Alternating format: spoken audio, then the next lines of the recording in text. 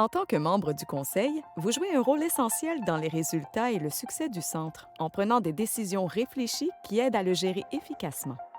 Cette vidéo de 10 minutes a été créée pour vous faire prendre conscience des rôles et des responsabilités attendues d'un conseil de direction et de ses membres et pour montrer comment se déroule une réunion de conseil efficace. Avant le début de la réunion, j'aimerais vous présenter les membres du conseil d'administration. La directrice générale assure le leadership du centre et met en œuvre les décisions, les objectifs et les politiques du conseil d'administration. Le président est responsable de diriger et de veiller au bon déroulement de la réunion, d'encourager la discussion et de s'assurer que tout le monde a la chance de participer. La vice-présidente aide et travaille en étroite collaboration avec la présidente. La secrétaire rédige le procès-verbal au cours de la réunion. Le trésorier rend compte des activités financières au conseil d'administration. Et enfin, les membres du conseil d'administration. Les membres du conseil d'administration participent à la planification générale et aident à mettre en œuvre les objectifs du centre.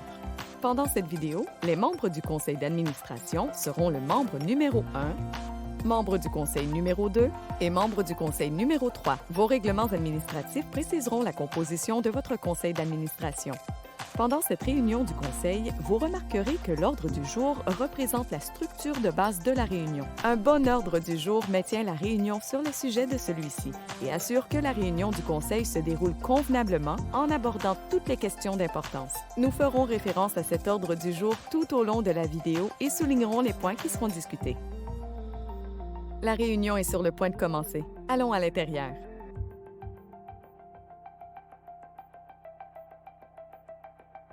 Bonsoir tout le monde, nous avons le quorum.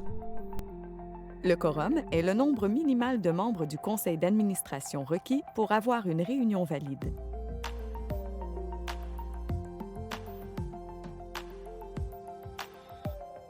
J'aimerais déclarer la séance ouverte à 18 heures.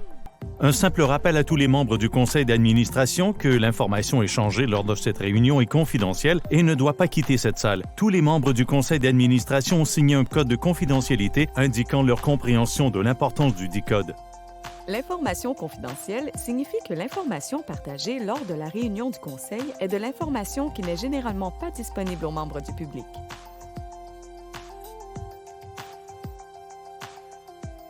Vous avez tous reçu vos trousses du Conseil la semaine dernière. J'aimerais demander une motion pour l'approbation de l'ordre du jour.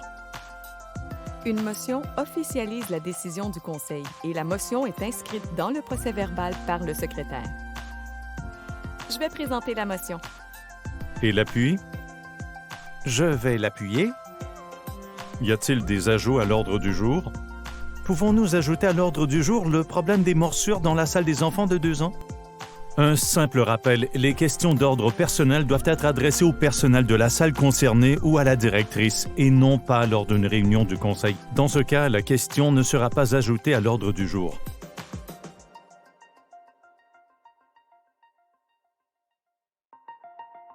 Tous ceux en faveur d'accepter l'ordre du jour tel que présenté.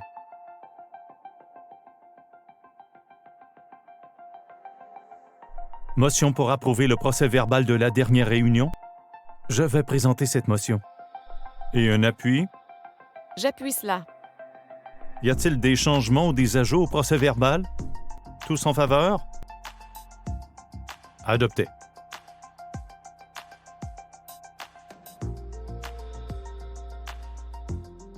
Parfois, le président peut présenter un rapport si nécessaire. Toute question, mise à jour ou information qui a été portée à l'attention du président peut être partagée avec le conseil d'administration. Regardons comment le président aborde ceci. Dans le cadre de mon rapport, il nous a été demandé de mettre à jour nos politiques du personnel. Les employés ne doivent pas recevoir du courrier personnel à l'adresse commerciale du centre. Tout le courrier reçu est présumé être du courrier professionnel. Y a-t-il des commentaires au sujet de cette politique? Puis-je avoir une motion pour approuver les révisions de la politique? Motion approuvée. Je vais présenter cette motion. Et un appui? J'appuie la motion. D'accord. D'autres commentaires? Tous en faveur? Adopté. Le prochain point à l'ordre du jour est le rapport du directeur général. Le personnel est très occupé en ce moment. Nous planifions de nombreuses activités et d'excursions pour le programme d'été. Un frais symbolique sera exigé pour les excursions d'été. Je propose l'exemption de ce frais à tous les membres du Conseil en raison de notre travail assidu. Un membre du Conseil ne doit pas utiliser sa position pour des gains personnels. Une réduction des frais liés aux excursions pour les membres du Conseil ne sera pas notée ni ajoutée au procès-verbal. Le prochain point à l'ordre du jour est le rapport des finances. L'organisation est dans une excellente situation financière et le directeur a proposé au Conseil d'étudier une augmentation salariale pour le personnel. Oh mon dos! Le centre a beaucoup d'argent? Il est absurde que le personnel reçoive des augmentations de salaire. Voilà 4 ans que je n'ai pas eu d'augmentation salariale. Plutôt que d'accorder des augmentations au personnel, pourquoi ne pas réduire les frais de garde d'enfants? Un simple rappel. L'information échangée lors des réunions du Conseil ne doit pas quitter la salle. Il est essentiel que les membres du Conseil qui sont des parents n'oublient pas les responsabilités liées à leur rôle en tant que membres du Conseil. En conclusion, nous avons un excédent dans notre compte bancaire à ce jour. Merci. Pouvons-nous avoir une motion pour approuver le rapport des finances? Je vais présenter cette motion. Un appui? J'appuie cela. Tous en faveur? Adopté. La levée de fonds se passe très bien. Nous avons vendu plus de 3000 boîtes de chocolat à ce jour. Mais un membre du personnel des salles préscolaires est venu me voir et m'a fait part de ses inquiétudes par rapport à un membre du personnel qui s'occupe de l'argent. L'employé m'a dit que cette personne n'est peut-être pas la plus digne de confiance avec de grosses sommes d'argent.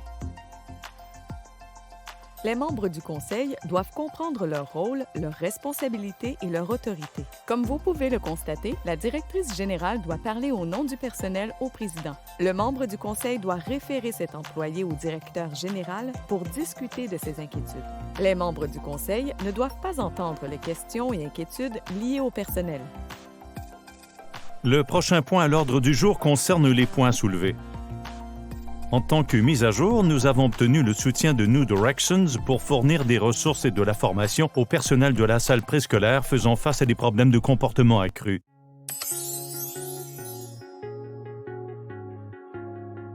Je sais exactement de quel enfant il s'agissait lors de la réunion hier soir. Ce Bobby est un véritable petit monstre. Il devrait simplement demander à la famille de quitter la garderie. Mais excellent, c'est ce vilain narrateur.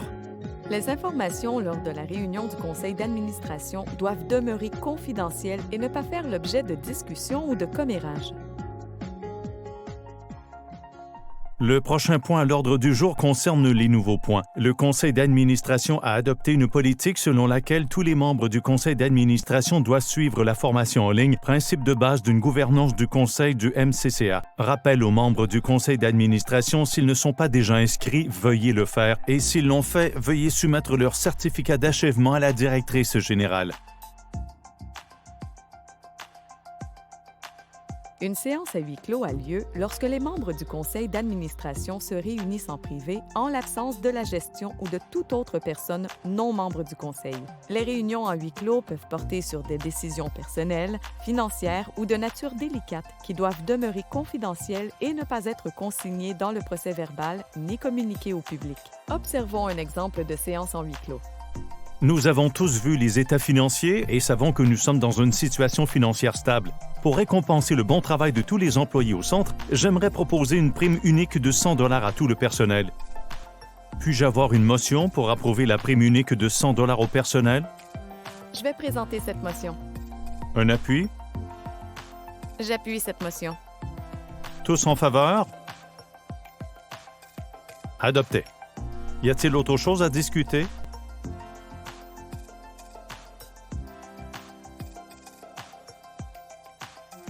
J'aimerais présenter une motion pour lever la séance. Je vais présenter cette motion. Et l'appui? Je vais l'appuyer. Tous en faveur?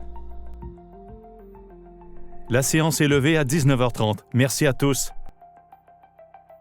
Merci d'avoir visionné Comment mener une réunion du conseil efficace. Vous savez maintenant comment une réunion efficace du conseil est menée. N'oubliez pas de suivre l'ordre du jour pour s'assurer que votre réunion du conseil reste sur la bonne voie. Précisez clairement votre rôle et vos responsabilités. Encouragez la participation productive. Pour plus d'informations et des ressources supplémentaires sur la façon d'organiser des réunions efficaces, veuillez visiter www.mccahouse.org. Merci d'avoir visionné cette vidéo.